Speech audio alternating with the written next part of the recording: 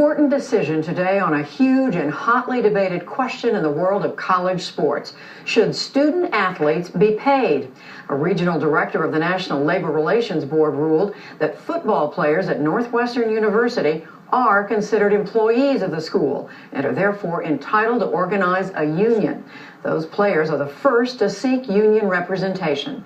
Jeff is back to look at the details of this case and the potential impact. For now, the ruling applies only to private colleges and universities, but it is the first of its kind, and the decision is expected to reverberate more broadly. The ruling said the university's primary relationship with the football players was an economic one. Michael McCann is director of the University of New Hampshire's Sports and Entertainment Law Institute and legal analyst for Sports Illustrated magazine. He joins us now. So the key thing here, Mr. McCann, is the finding that these athletes qualify as employees, not just students. Explain that and why it's so important.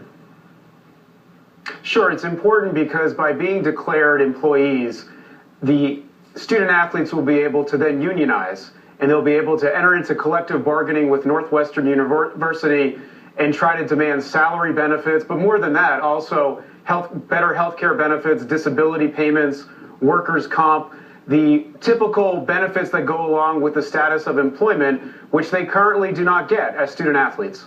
Give us a little bit of background on this particular case, the students at Northwestern, how they came to bring this case and what they were saying they wanted. Sure, so the students are led by their quarterback, Kane Coulter, who several months ago decided to pursue the ability of he and others collectively bargaining with Northwestern. But to get to that step, they had to petition the National Labor Relations Board, which has the legal authority to decide whether or not employees at private employers, which in this case would include Northwestern, have the legal right to unionize under the National Labor Relations Act. There were then hearings where he testified and said a number of things, one of which is that he works a lot, in his words, that he works between 40 and 50 hours per week, whereas NCAA rules limit the amount of time that student athletes can devote towards sports to either 20 hours during the season or 8 hours during the off season. So what he said was contradicted in terms of what the NCAA's rules were, and it appears that the regional director sided with Kane Coulter on that. And the thesis of the players' argument is really that they're working, that they're just not getting paid. Now, there are counter arguments to that, and the case is by no means over because there will be an appeal to the National Labor Relations Board in D.C. But as a first step, this is a big victory. Well, there are counter arguments for a long time, and of course, much of it comes from the NCAA itself. They came out with a statement right away. They said, "We strongly disagree with the notion that student athletes are employees." And they continue, "We frequently hear from student athletes that they participate for the love of their sport, not to be paid." They have resisted this for a long time. What is the brunt of their argument? Well, the brunt of their argument is what you noted, Jeffrey, that many student athletes are not commercialized in the sense that they're generating lots of revenue for their school. That when we look at athletes that are generating the revenue, they tend to play in two sports, one of which is men's basketball, the other is college football. But there are many athletes in college that are not like that, if you will, that are more traditional college athletes, that they're primarily students who also play a sport. And there's something of a disconnect where Kane Coulter is representing the group that really is commercialized, that's on television, that's generating a lot of revenue for Northwestern in terms of ticket sales, in terms of television deals, video game deals, and the like.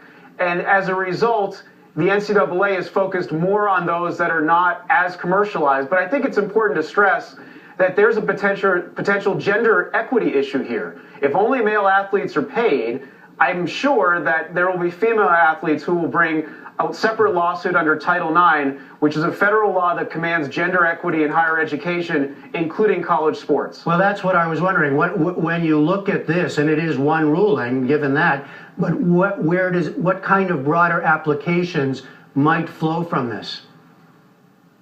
Well, if it holds, it would have broader applications in that student athletes at other private institutions could then rely on this decision as precedent.